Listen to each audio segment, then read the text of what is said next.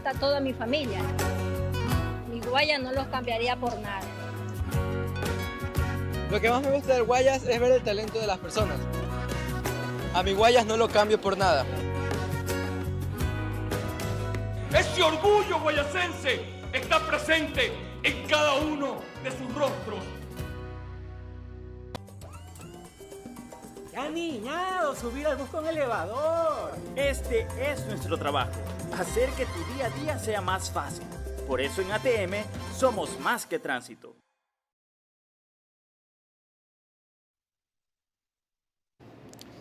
Bienvenidos todos, muy buenos días, ¿cómo están? Yo soy Anderson Boscan, esto es Café La Posta, un espacio para revisar la coyuntura política y la actualidad nacional. Hoy es miércoles 12 de febrero del año del Señor 2020. Agradecimiento especial a quienes se conectan ya a la señal de La Posta y a quienes hacen posible que nos encontremos cada mañana. Un abrazo especial en los hitos de memoria, pero con cariño, para la ATM de Guayaquil, para Azúcar Valdés, porque detrás de cada uno de estos sobrecitos de azúcar se esconden 180.000 plazas de trabajo, es decir, 180.000 familias que dependen de la actividad. Agradecimiento para Seguro Sucre y sus servicios Rueda Seguro, Vive Seguro, Futuro Seguro y Mi Seguro. Para más información, búscalos en las redes sociales. Un abrazo, por supuesto, para Melate, que nos abre las puertas de la cafetería cada mañana para revisar la coyuntura política. Cumplida la cuota comercial, hacemos una revisión de los hechos. Esto es En Caliente.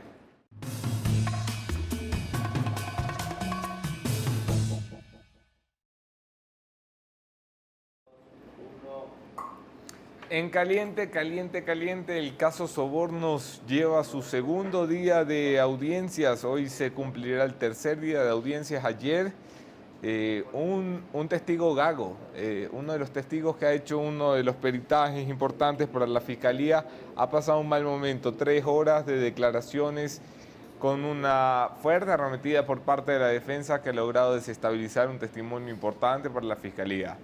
Ha declarado y rendido versión también el periodista Cristian Zurita, quien fue autor de la investigación junto a Fernando Villavicencio en el denominado caso Arroz Verde, que hoy conocemos como caso Sobornos.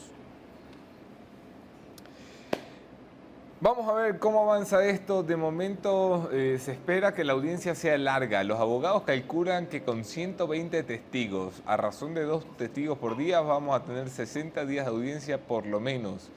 Lo que me sorprende es que no haya ni siquiera un cronograma y tenga a los 120 testigos ahí sentados como que se tratara de una novela para ir mirando mientras van declarando. Veamos pues, veamos que el caso se pinta bonito y se pinta para largo y hay que estar pendientes porque miren ustedes que es importante. Importante también y en caliente también lo que aprobaba ayer la Asamblea Nacional. Ustedes saben que nuestra muy querida Asamblea Nacional es una institución seria donde se trabaja por el bien del país. Ayer nuestros asambleístas nos han sorprendido con una declaración unánime, aduciendo a la necesidad de que el país tenga un día para recordar que el Chimborazo es el punto más alto entre el centro de la tierra y el cielo. Estas son las cosas que se discuten en la Asamblea Nacional, en un país en el que hay 250.000 empleos menos de los que había el año pasado, 250.000 empleos adecuados menos de los que teníamos el año pasado, con una reforma laboral archivada durante los últimos 3 años y con solo un año por delante. La Asamblea Nacional se toma el tiempo para hablar lo que le gusta, pendejadas. Eso es lo que tenemos. Y mientras las cosas siguen su rumbo en la justicia y en la Asamblea Nacional, aquí hacemos una pequeña pausa. Tenemos 2 entrevistas esta mañana. En un principio me acompaña Felipe León para poder conversar sobre el nacimiento de lo que algunos llaman ya la ultraderecha ecuatoriana. ¿Qué carajo es esto y de qué se trata? Luego me acompañará el doctor Ramiro Román de la Comisión Cívica Anticorrupción para hablar precisamente del caso Sobornos. Quédense, tenemos un lindo programa esta mañana. Gracias por acompañarnos. Los invito, por supuesto, a ver la previa del after de La Posta este 20 de febrero en la ciudad de Guayaquil.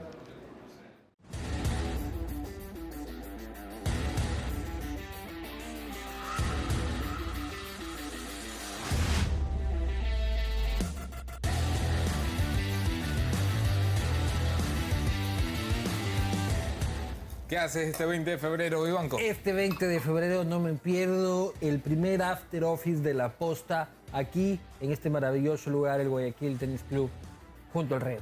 No te lo pierdes porque tienes que venir. Y yo Tengo también. que venir y ustedes tienen que también. venir absolutamente todos.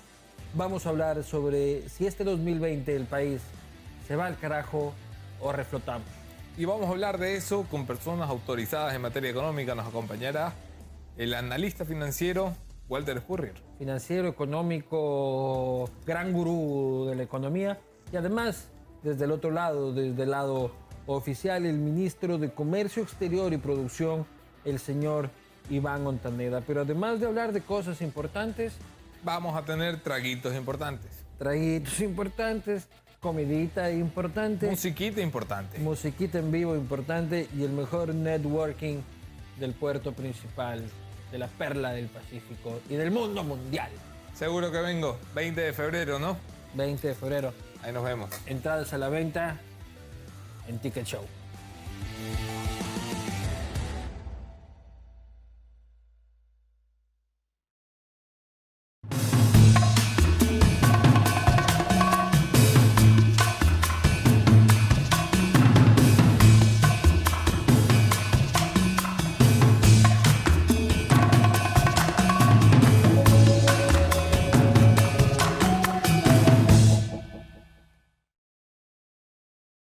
Yo soy Anderson Boscan en todas las redes, podemos seguir allí la conversación. Abrazo especial a quienes comparten nuestros contenidos. Los quiero más que si no los comparten. Felipe León, Anderson, qué te gusto. saludo con la derecha, por si acaso. Por si acaso, siempre con la derecha. Cuéntame, yo estoy un poco perdido. Tú sabes que yo de política sé muy poco. ¿Qué carajo es esto de la ultraderecha ecuatoriana? Bueno, primero te agradezco que nos hayas abierto este espacio para poder conversar, para poder dialogar. Aquí son todos Y bienvenidos. Bienvenidos a todos los que nos están escuchando, comentando y conectados hoy día. Bueno, esto empezó realmente como una plataforma que la quise iniciar simplemente como una plataforma para defensa de la vida y la familia. Arrancó antes de que se dé la votación en la Asamblea del tema aborto. Y la inicié porque era una idea que la tenía hace mucho tiempo. Creía que era un espacio que se necesitaba y que necesitábamos darle una voz a esa gente que defendía la vida y la familia. Y ahora pues se ha hecho gigante, la verdad. En 6 meses estamos en 9 provincias, tenemos casi 2.000 militantes y sigue creciendo. Nuestra idea ahora es simplemente abrir el espacio a lo que nosotros queremos llamar el hombre libre, el hombre trabajador, el hombre que quiere ahora que se dé la voz a este espacio que estuvo cerrado mucho tiempo, este espacio de la derecha, que algunos la quieren llamar la ultraderecha, nosotros consideramos de derecha. ¿No te gusta el nombre ultraderecha? No creo que se trate de que te guste o no te guste. A mí personalmente no me gustan las etiquetas. No me gustan las etiquetas. Creo que las etiquetas son de la izquierda, que les encanta poner etiqueta a todo. Nosotros defendemos causas, defendemos ideas y hacia allá es donde estamos yendo con la plataforma. Vamos a ir punto por punto porque a mí me gustaría entender esto más allá del meme de las redes sociales. Por supuesto. Esta es una iniciativa que empieza, ya me dice, para defender la vida y la familia. Así es. ¿Y hoy qué defienden? Bueno, estamos defendiendo obviamente nuestros puntos económicos, que queremos ir hacia el libre mercado, creemos que tenemos que reducir el Estado, creemos que necesitamos en los temas de seguridad dar muchísima más fuerza. Estamos a punto de lanzar nuestros 10 puntos esenciales dentro del partido. Entre esos está el porte legal de armas, que queremos para la gente, porte seguro y legal de armas. Por eso no defendemos el tema de que puedes ir a la Fideca mañana y comprarte una pistola. No estamos a favor de eso. Pero sí creemos en el legítimo derecho a la defensa de tu propiedad privada, el legítimo derecho de defender tu vida en el caso de que estés... Veamos lo que acaba de pasar. En el Quicentro asesinaron a una señora a luz de día. Los criminales continuamente siguen teniendo armas, siguen viviendo en libertad. La ciudadanía cada vez está más encerrada, está más insegura. Estamos en nuestras casas bajo llave, bajo seguridad. ¿Y qué nos va a hacer sentir más seguros? ¿Tener armas? Yo creo que hay gente que sí, hay que respetarlo, creo que es un derecho en la libertad de poder portar esa arma. Personalmente creo que si tienes una familia, tienes tus hijos, entran a tu casa, entran armados y tienes la posibilidad de defenderte, lo deberías poder hacer. No creo que es justo que hoy por hoy nadie se puede defender, que muchas veces los abogados garantistas inclusive están a favor de los derechos humanos de los criminales. Pero ¿qué pasa con los derechos de los hombres libres, de las personas que queremos trabajar, de los que queremos vivir en paz? Los que queremos salir a la calle a caminar y que no nos asalten, que no nos maten, que no nos acuchillen. ¿Qué pasa con ellos? ¿Quién nos defiende hoy por hoy? Aparte de eso, tenemos instituciones debilitadas, que la Policía Nacional, las Fuerzas Armadas, a las que no se les ha dado apoyo, cambios constantes durante este gobierno de ministros que no han permitido que se desarrolle de verdad un plan de seguridad para el país. Y aquí estamos, en una tasa de criminalidad complicada, estamos cada vez peor en el tema de inseguridad. Y eso también crea problemas inclusive de xenofobia que no debería crear, ¿no? Yo creo que hay que tener mucho La cuidado. solución que proponen para el tema de la inseguridad, que es un tema complejo, integral, es portemos armas. No es muy simplista. Es una de nuestras propuestas. Creo que hay que tener un Estado de derecho real donde las leyes se apliquen. Mucha gente habla del tema de las leyes, que leyes garantistas de los criminales, leyes procriminales. Yo no creo que sean leyes procriminales. Creo que en este momento tenemos jueces o fiscales que no están aplicando la ley de una manera independiente, sino que la aplican dependiendo de lo que está, de la ideología de turno que está en el poder. Creo que tenemos que aplicar el derecho de la ley por igual a todos para que tengamos independencia de poderes, independencia de justicia, que realmente si hay un criminal, ese criminal cumpla su ley, cumpla su condena. Nosotros también proponemos la cadena perpetua para asesinos y violadores, sí la proponemos. Va a sonarte a otro partido, pero sí, nosotros también proponemos eso. Y sobre todo creo que hay que fortalecer las instituciones. Creo que es importante que la policía sienta respaldada. Cuando la policía sienta respaldada, cuando la policía sepa que no va a disparar y irse él preso, vamos a tener más seguridad. Seguridad es un tema complejo. No soy un experto en seguridad para decir, mira, este es nuestro plan de gobierno, porque tampoco estamos en plan del 2021 llegar al gobierno. Vamos a empezar con ideas, vamos a empezar con debates, queremos debatir ideas, y en esa idea tenemos que construir un país, que es lo que no ha pasado. No hemos construido un plan de gobierno, un plan de país, siempre es improvisaciones, siempre son cambios de yo tiro por acá, y el país sigue botado. ¿Qué opinas de la migración extranjera? Bueno, yo creo que la migración masiva e ilegal no es beneficiosa, no considero que es beneficiosa, pero sí considero que una migración positiva, que sería una migración que viene a invertir, que viene a trabajar, que como se da en el mundo entero, siempre es buena. Vivimos ya en un mundo en el que... Déjame reformular la pregunta. ¿Qué opinas de la diáspora venezolana? ¿De la qué, perdón? De la diáspora venezolana. Bueno, mira, yo creo que hay personas venezolanas muy buenas que han venido a trabajar, que están huyendo justamente del socialismo que nosotros queremos combatir. Pero obviamente también al ser masiva, al ser una migración masiva, siempre se van a infiltrar criminales, siempre se van a infiltrar gente que es mala. Y esa gente lamentablemente le afecta más a los propios venezolanos. Yo he conversado con muchos y están de acuerdo que se tiene que controlar las fronteras porque el que está afectado es el venezolano que vino a trabajar. El venezolano que hizo sus papeles, que se legalizó, que pasó por todo ese proceso para llegar a tener un empleo justo y que ahora está siendo víctima de la xenofobia por 2, 3 criminales. Y le puede pasar a un venezolano, a un cubano, a un colombiano, a nosotros si volvemos a migrar, siempre va a pasar. En una migración masiva es complicada para cualquier sociedad. ¿Y qué plantean para frenar eso? ¿Qué plantean para discernir entre los delincuentes y bueno, los yo que creo no lo que son? algunas de nuestras propuestas son, evidentemente, pedir siempre pasado judicial y pasaporte en las fronteras. Creo que es esencial, no se puede entrar a la buena de Dios. ¿Sabes lo que le cuesta a un narcotraficante venezolano sacar un pasado judicial en Venezuela? Unos $2, $3. Sí, me imagino. O sea, pero mira, si no empezamos por algo, ¿qué vamos a hacer? Si no empezamos por algo, entonces ¿qué hacemos? Lo abrimos. Es un país donde se falsifican pasaportes. Aquí también lo falsifican. Tú con lo que será con el pasado Mira, judicial, ¿no? Las mafias existen en todos lados, pero tenemos que empezar por algo, Si no pedimos un pasado judicial, si no pedimos pasaporte, estamos abriendo la frontera a un montón de cosas. Si ya pidiendo pasado judicial y ya pidiendo pasaporte, y tienes toda la razón, pueden haber mafias, pueden haber falsificaciones, imagínate si no pedimos. ¿Qué opinas tú de los extranjeros que delinquen en el Ecuador? ¿Estás a favor de la deportación de estos? Nosotros, nuestra propuesta sí es una deportación. Sí es deportación de cualquier extranjero que sea capturado en delito flagrante, ¿no? ¿Por qué? Porque creo que la justicia de su país es quien tiene que tomar acciones sobre ellos. Nosotros no podemos mantener criminales en las cárceles, al menos esa es mi percepción. Los costos de mantener las cárceles son altos. Y mantener criminales extranjeros de nuestras cárceles, donde realmente en las cárceles ecuatorianas, que les llaman de rehabilitación, no se rehabilitan, es masterados para criminales. Eso es lo que pasa en las cárceles del Ecuador. Y no solo del Ecuador, hablemos en general Latinoamérica, hablemos de países... Sin embargo, proponen ustedes la cadena perpetua para cierto tipo de criminales. Sí, asesinos y violadores. Creo que a eso deben sí ser los aislados. mantenemos ahí de por vida. Creo que deben ser aislados. Yo realmente creo que existe hoy un sistema de rehabilitación. Creo que debemos mantenerlos aislados. Yo creo que cuando atentas contra la vida, atentas contra la libertad, atentas contra la propiedad privada de las personas, ese momento pasas a estar fuera de la sociedad, estar fuera de lo que consideramos civilización ordenada o la civilización libre que deberíamos tener todos. No puedes atentar contra la vida de nadie, no puedes atentar contra la libertad de nadie y tampoco creo que puedes atentar contra la propiedad privada bien ganada y la propiedad privada, la primera propiedad privada es tu propio cuerpo, no puedes atentar contra eso, ¿no? Yo creo que una persona que está en esa línea debe estar aislada y lejos de los demás para mantener un orden y una calma, ¿no? ¿Qué opinas del feminismo? ¿Qué feminismo es la pregunta? El neofeminismo actual que quiere... ¿Qué es el neofeminismo? Ilústrame un poquito. Para mí el feminismo actual ni siquiera representa a las mujeres.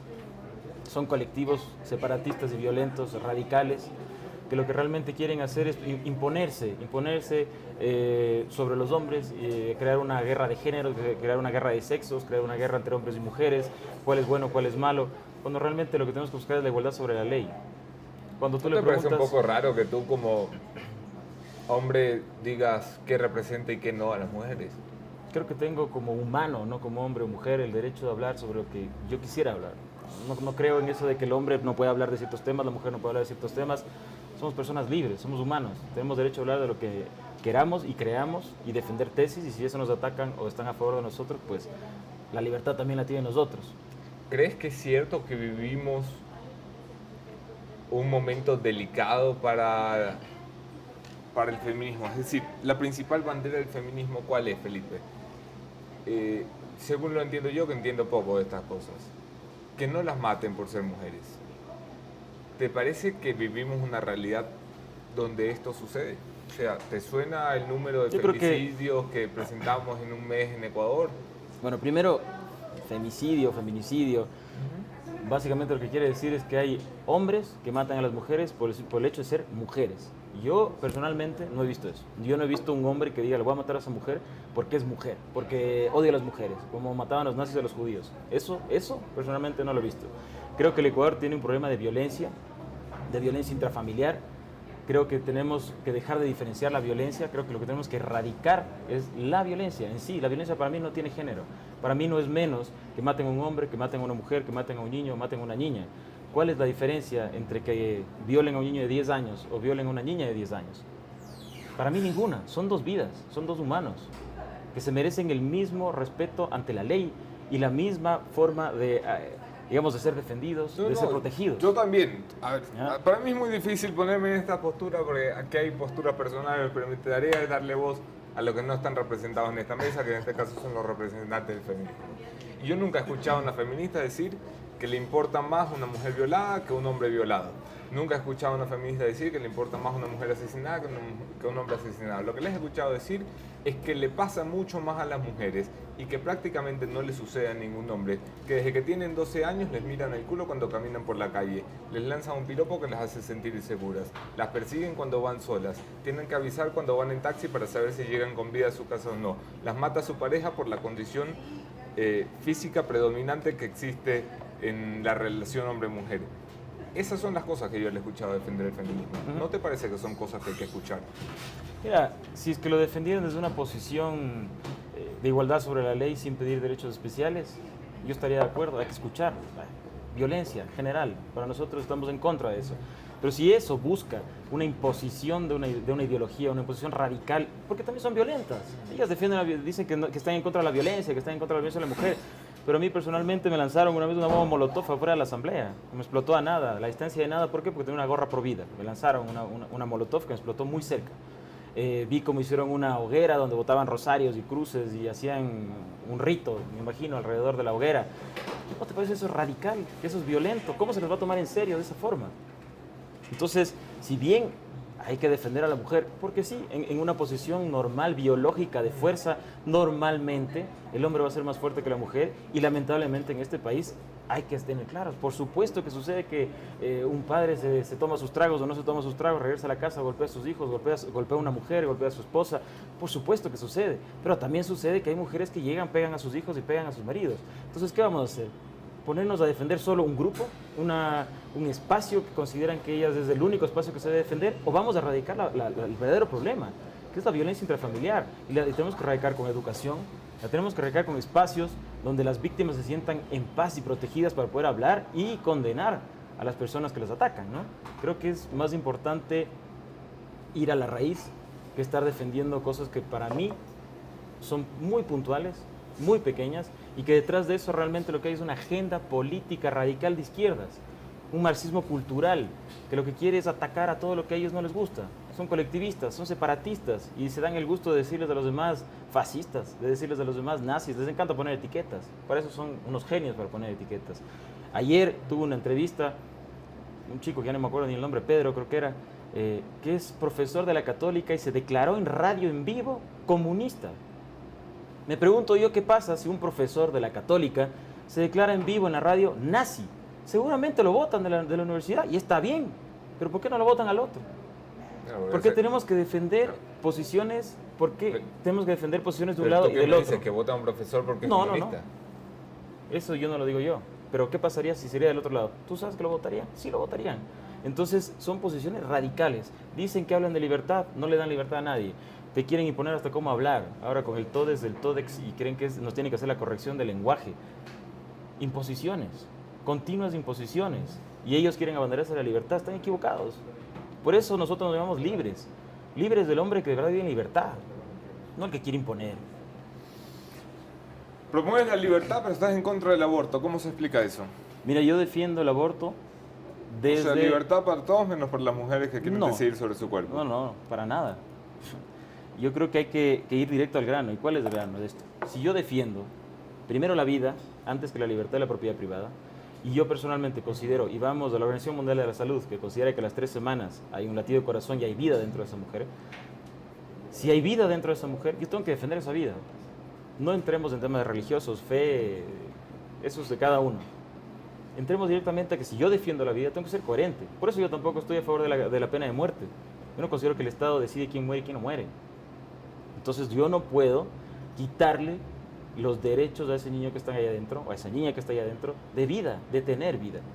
Porque si no, entonces, bajo la lógica de ellos de que están trayendo niños a un mundo que está colapsado, destruido, y que pobres, y para no traerles a este mundo colapsado, mejor que los abortamos y que se mueran. Bajo esa lógica, entonces mañana vamos a dar la garantía de que si hay un vagabundo al que yo considero que pobrecito está sufriendo, también le puedo disparar para sacarle de este mundo terrible donde está viviendo. No podemos garantizar el asesinato, eso es lo que estamos haciendo, al menos desde nuestro punto de vista.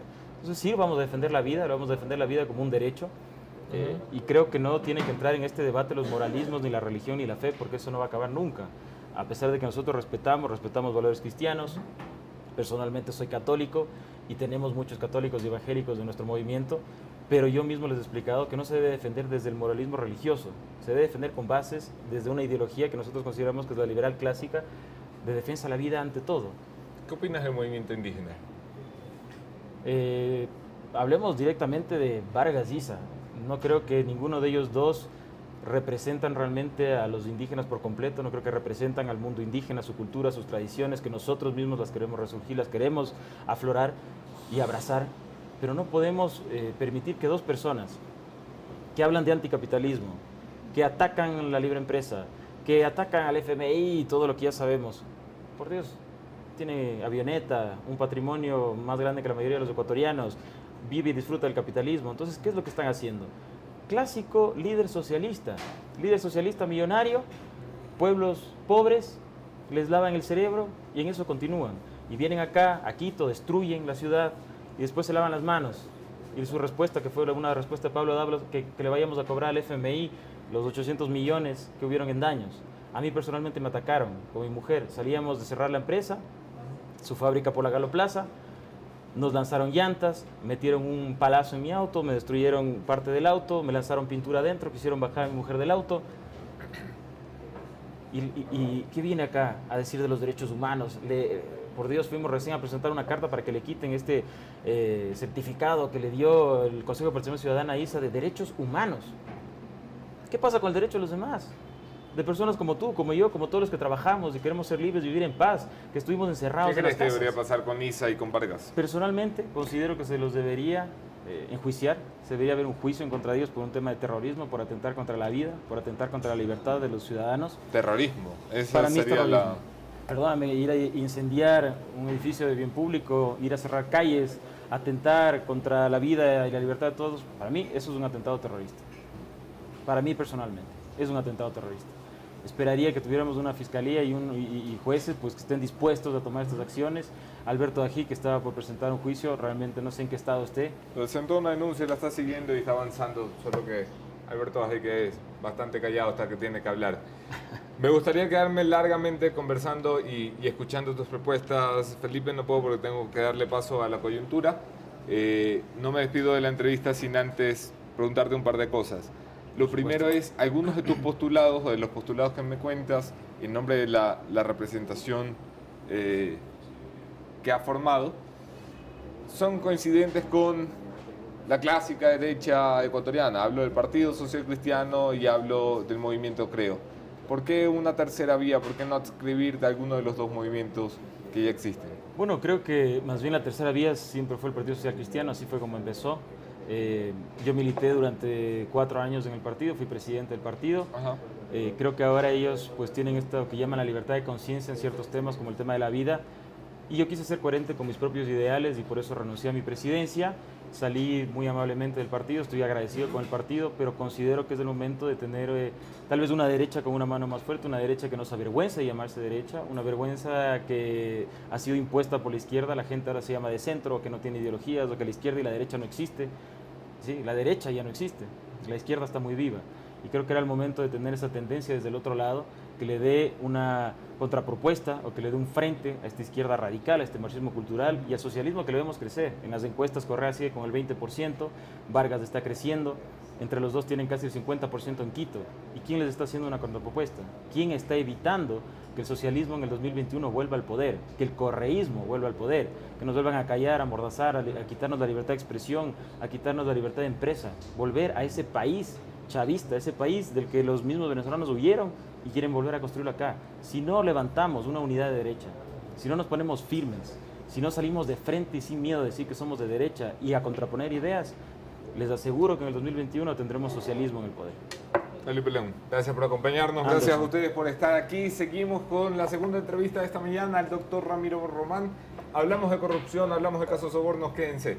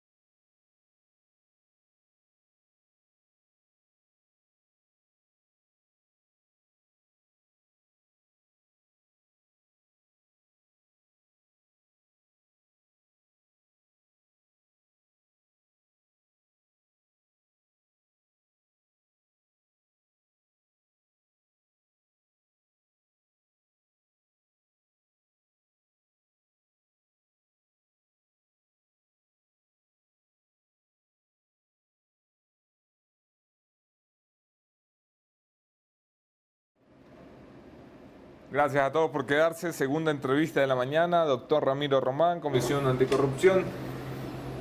¿Cómo ven las cosas, doctor? Bienvenido. Buenos días. Buenos días. Bienvenido.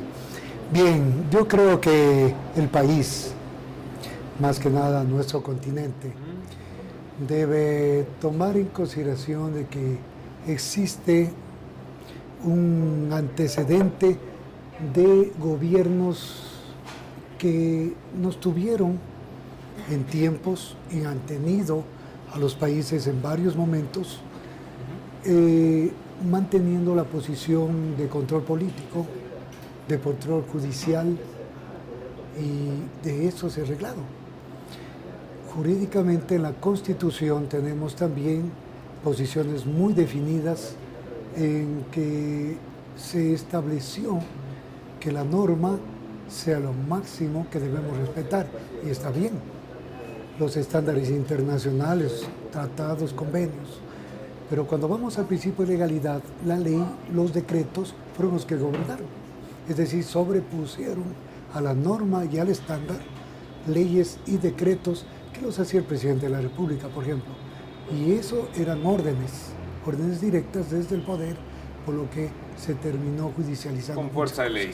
Por supuesto. Estamos al frente del edificio de la Corte Nacional de Justicia, donde se lleva a cabo la llamada audiencia del siglo, el proceso Sobornos 2012-2016, 21 procesados, entre esos Rafael Correa.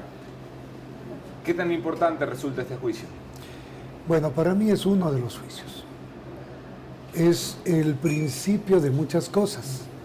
Nosotros tenemos una cantidad de delitos que están directamente relacionados con cohecho.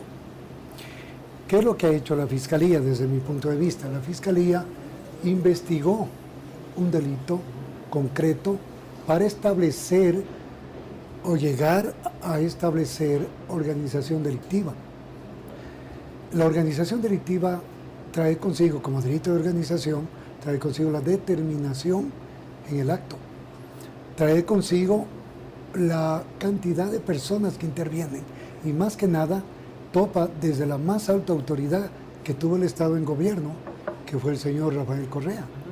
Entonces, en ese frente, la organización delictiva, con actos determinados, hicieron o actuaron con personas fuera del poder, que son empresarios, personas interesadas en tener contratos, y terminaron justamente haciendo este tipo de cosas de cohecho. ¿Usted no lo tenemos sólida tipificado la teoría de Fiscalía, la teoría del caso de Fiscalía? Bueno, el tema ha sido de que vemos aquí que hay delitos activos y pasivos.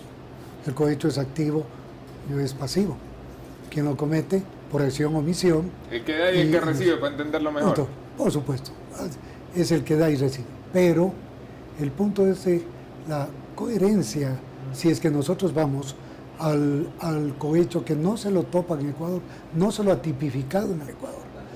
Un cohecho que tiene de por sí un acto de determinación en el cual se organiza desde el mismo poder acciones. La corrupción no está dado solamente en el funcionario público. Yo quiero dejar claro esto. En nuestro país y en Sudamérica lo que estamos tratando es de establecer siempre la autoría en el funcionario público. Pero vemos que hay personas que tratan de establecerse como cómplices, como determinadores, que tampoco tenemos tipo para establecer las determinaciones. Y claro, esos cómplices son los que realizan muchos actos para acompañar en los delitos especiales, como el cohecho, como el peculado, entre otros que son imprescriptibles. Y eso veo que la Fiscalía también topa el cohecho para imprescriptibilidad, sanción a personas sin estar presentes, no importa que estén aquí.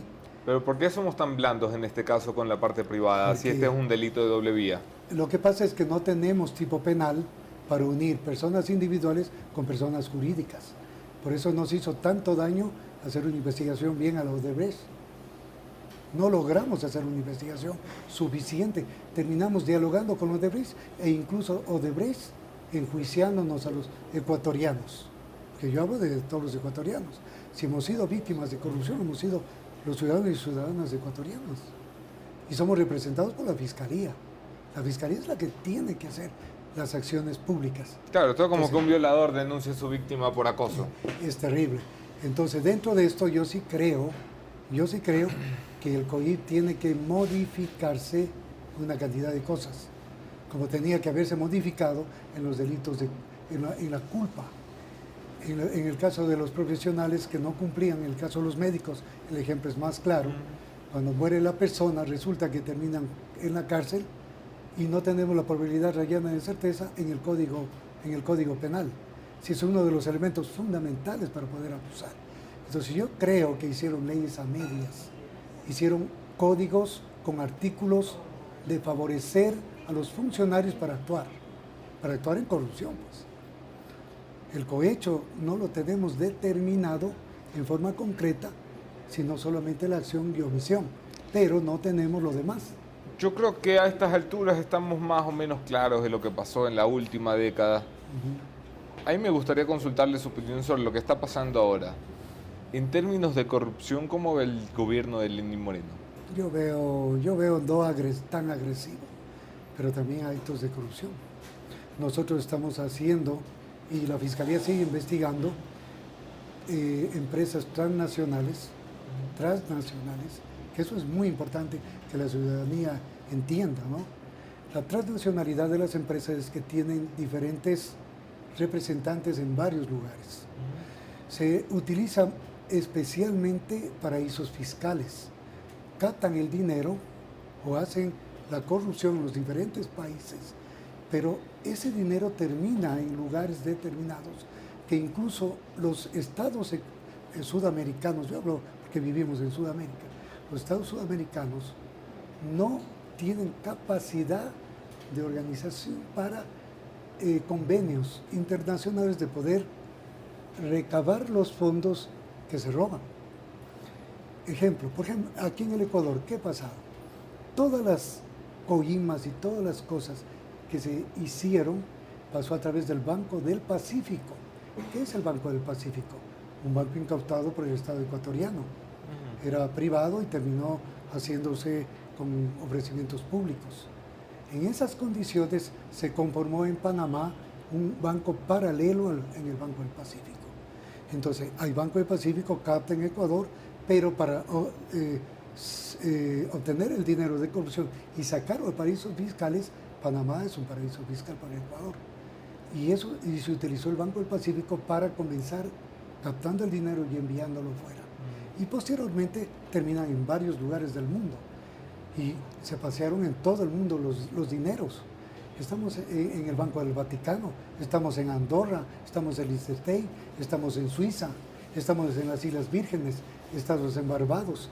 Y podemos seguir diciendo los paraísos fiscales que tiene Ecuador y Sudamérica, pero en el fondo es la captación del dinero que no se dio para educación, para salud, para tener mejores días los ecuatorianos y ecuatorianas.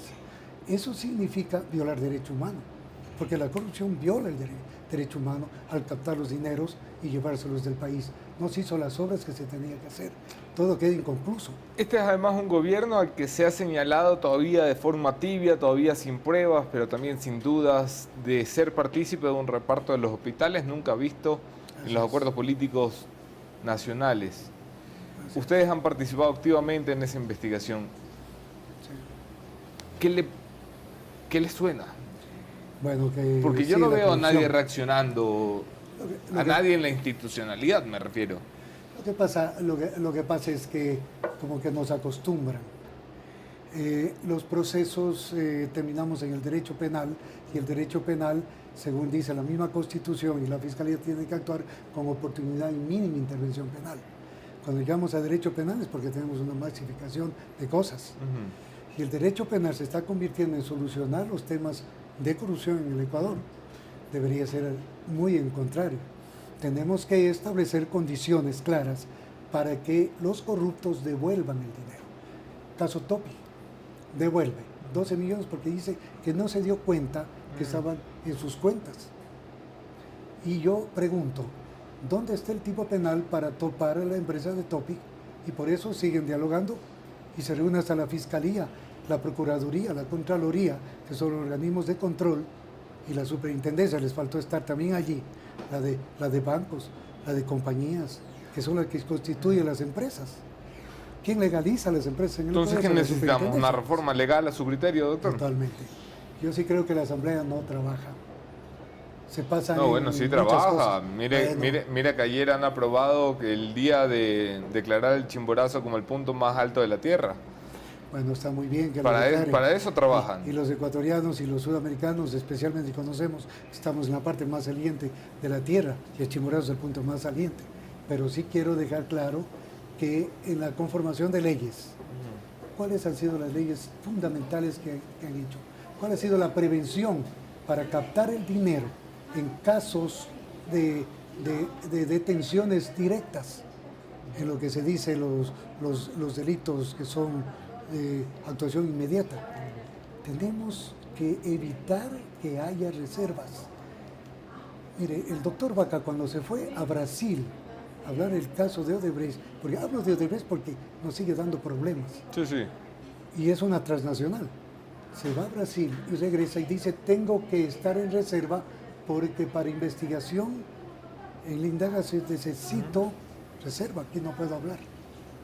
Y cuando no habla la Fiscalía, yo quiero preguntar si todos estamos como víctimas.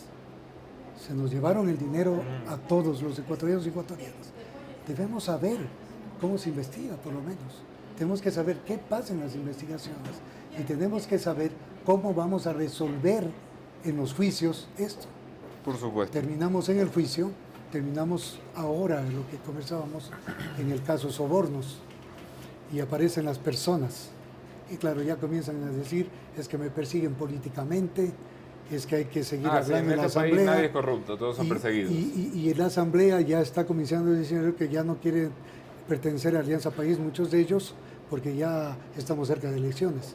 Entonces, vivimos una realidad politizada totalmente. Lo único que trae es que todas las sesiones van a actos de corrupción.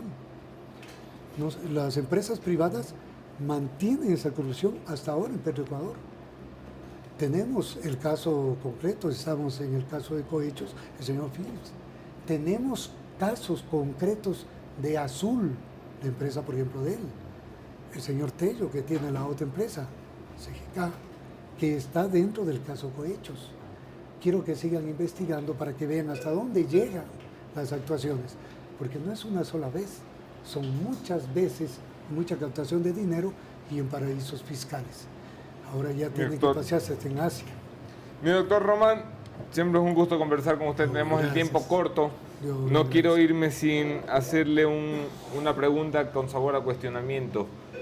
La época del doctor Julio César Trujillo al frente del Consejo de Participación Ciudadana vendía la esperanza de este país y la reinstitucionalización. Visto lo visto, con la actuación del Consejo Nacional Electoral, que no se ponen de acuerdo ni para saludarse, con el señor defensor del pueblo, que se inventó una lista para darle un luto falso a los ecuatorianos, que jugó con la vida de 10 familias, que estaban velando a sus muertos y les mintió y les dijo que habían sido asesinadas por las fuerzas del Estado, algo falso como ha demostrado ya la investigación del Outlet Channel, con el Consejo de la Judicatura sin ton ni son, con una alargada y recontra que alargada evaluación para nuestros jueces en los máximos tribunales. ¿Usted cree que la reinstitucionalización que promovió Julio César Trujillo fracasó? Bueno, yo creo que el doctor Julio César, en el trabajo que tuvo mientras vivió, y quiero dejar claro, yo no estoy yendo a la Comisión Anticorrupción, yo estoy realmente, no digo en aspectos críticos frente a las posiciones, pero yo sí creo que las organizaciones que nos llevaron allí tenían otra posición. Quería que se trabaje, como lo hizo el doctor Julio César, hasta el final de sus días, en una presión terrible de dentro y fuera. Los insultos eran de fuera, de correístas y mucha gente, pero por dentro tenía mucha presión.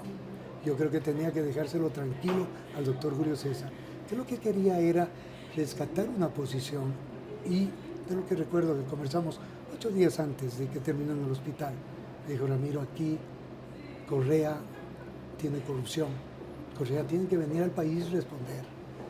Yo siempre he pedido eso, y si yo no estoy, creo que se sentía un poco mal ya, si yo no estoy, ojalá ustedes que son más jóvenes luchen. Realmente el maestro sí creo que nos dio un parámetro importante de continuar en esta lucha. Yo creo que eso también hace que uno confronte muchas situaciones. Les agradezco a los que en el caso Gabela me están amenazando de muerte, pero yo sí creo que, aparte de eso, yo creo que son ¿Usted amenazado de muerte, doctor? No, pero, el caso Gabela es un caso insignia de derechos humanos. Parece que nunca se imaginaron que iba a pasar de delito común a delito de Estado, que iba a ser imprescriptible. Y que algún día tendrán que rendir cuentas. Me moriré, pero el fondo es que el caso tiene que seguirse investigando. No pueden quedar las cosas a medias. No pueden estar en el poder la gente que estuvo en el Ministerio de Justicia, ahora asesorando al señor Lenín Moreno. La doctora Pesantes. Claro, sí. O sea, hablo claramente, porque así es, el señor Serrano sigue en la Asamblea y también era ministro. Él reemplazó al doctor Lara, que renunció 2 días después de recibir el informe del proyecto Mesa. Entonces, si vamos a un solo caso, y le puedo dar nombres, en un solo caso, puedo darle nombres en todos los casos que realmente vemos con total objetividad lo que pasa. Doctor Por Ramiro eso estamos Román. los ecuatorianos para seguir luchando. Muchas gracias por acompañarnos, gracias a ustedes también por conectarse. Terminamos con mi conclusión de esta mañana, esto es El Punto Final.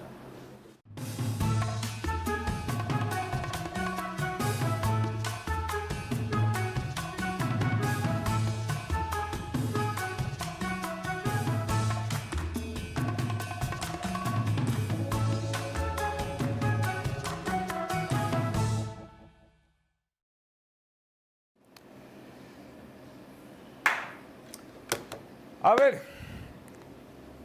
es difícil volver a referirse a esto. El defensor del pueblo, el doctor Freddy Carrión, que mostró muchos dotes como lengua larga para promover una teoría de persecución por parte de las fuerzas de seguridad del Estado, de abuso del poder y de abuso del uso progresivo de la fuerza, se ha quedado mudo. Y a mí me sorprende estos cambios repentinos que tienen los funcionarios públicos. El doctor Carrión, que le encantaba salir a dar entrevistas y ruedas de prensa, ha dejado de hablar.